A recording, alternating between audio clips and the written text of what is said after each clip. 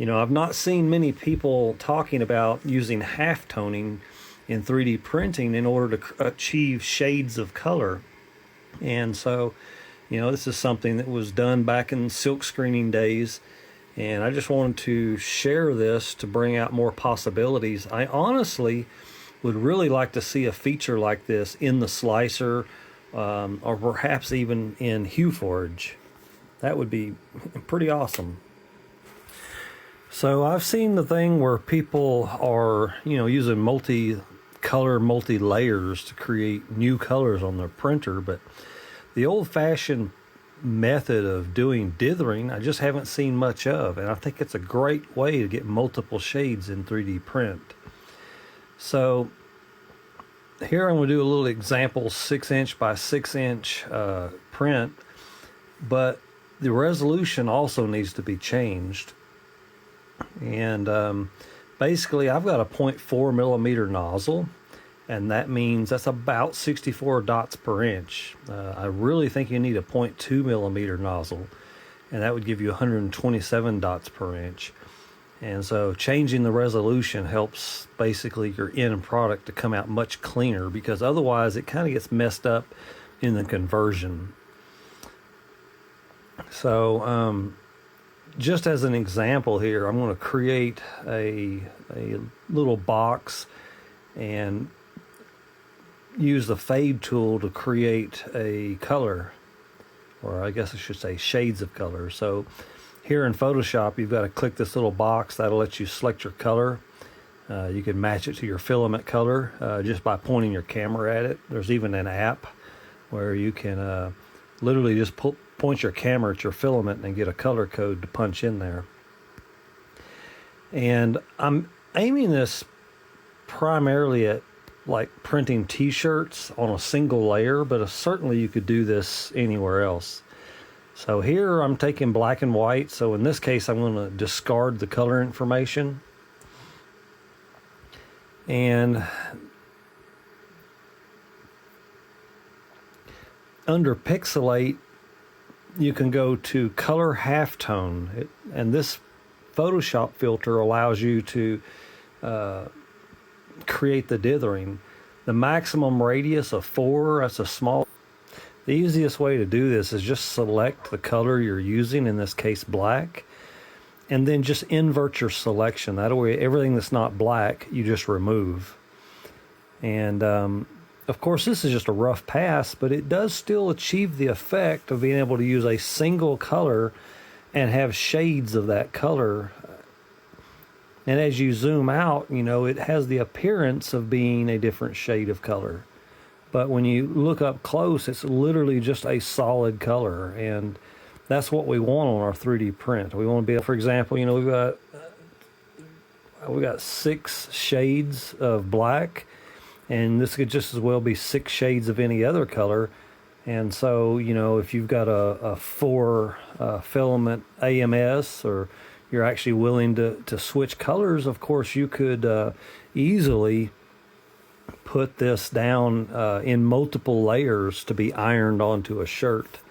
And then you could have not just a 4 color print, but multiple shades of each color. And I think that's pretty cool.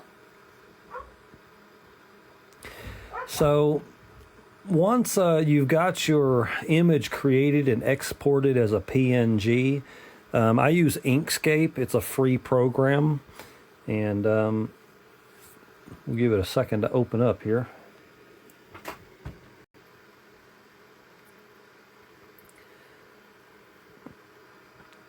All right, so just create a new dimensions are. So the reason it doesn't matter what those dimensions are is because you're going to be exporting this as a 3D model. Yes, we're going to use trace bitmap, and with the image selected, we're going to click apply, then click and drag that off. If you look down here, you can see we have the path selected. If we select the other, you can see it's an image. So we want to delete the image because we're done with the image. We just want this a scalable vector graphic. And then we're going to save as, And by default, it wants to save as an Inkscape, but that's not compatible with like Blender. So you have to choose the plain SVG, Scalable Vector Graphic. And this gives us a compatible save.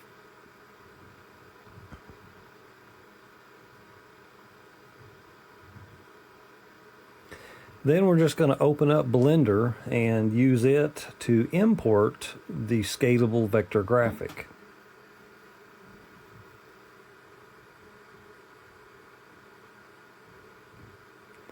So delete your cube, probably even delete your light and camera, and then go to import. And not SVG grease pencil. You do not, that's not what you're importing. You're literally just going to import the Scalable Vector Graphic. So now it imports. It's usually off in some random direction. So I like to click on the object and I like to set the origin to the geometry. You don't have to, but it's just kind of what I like to do. And then I can set the location back to the center of the image in case there's any other manipulation I want to do. You can really see the effect of the halftoning here to create these shades. But we're going to go to Add Modifier, Generate, and we're going to solidify this object because right now it's basically got no body or thickness to it. So our layer height is 0.2 millimeters as a printing layer because that's about as thick as, for example, I'd want to print a like a TPU filament, because you don't want it so thick that it's going to hang up. I mean, I'm doing this for clothing, so obviously you could do it thicker if you had the need to. So you can kind of really get a feel for it. For some reason, that last application didn't work, so for whatever reason, I had to deselect, and reselect, and then go back to choose 0.2 millimeters. And then it actually let me apply it. I don't know what the hang up was there. But once it's applied, it's ready for export. Just go to File, Export, and choose your STL. And of course, once you opened up your slicer, you just import your STL, as I'm sure you very well know.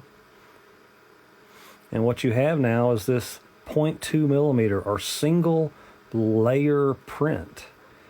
And I have yet to develop something to put a t-shirt on my P1S printer. So, these separated dots and everything can be transferred to the t-shirt using, a piece of paper to print on. So with the image sliced, you would choose your external TPU, make sure that you've preloaded that. In this case, I'm just going to print this example in PLA, but for a t-shirt, it would definitely be TPU. To prepare this piece of paper as a transfer, I just cut down a regular piece of office paper and then used painter's tape to tape it down. You want to make sure there's no edges or anything sticking up where the print head's going to drag on it, of course. And once that's laid on your printer, just go ahead and click print, and you'll see that it's laying down the single layer, the 0.2 millimeter dots, exactly as the image has shown.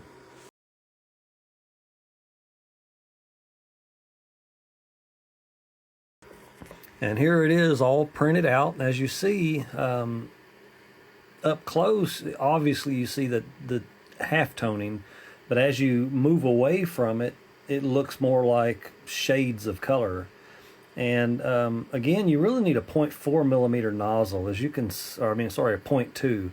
As you see here with this 0.4, it worked okay. You can definitely see the difference in the print color, but it's not as clear as it would be if it had a 0.2 millimeter nozzle. And so ultimately, I think that's what's going to be used.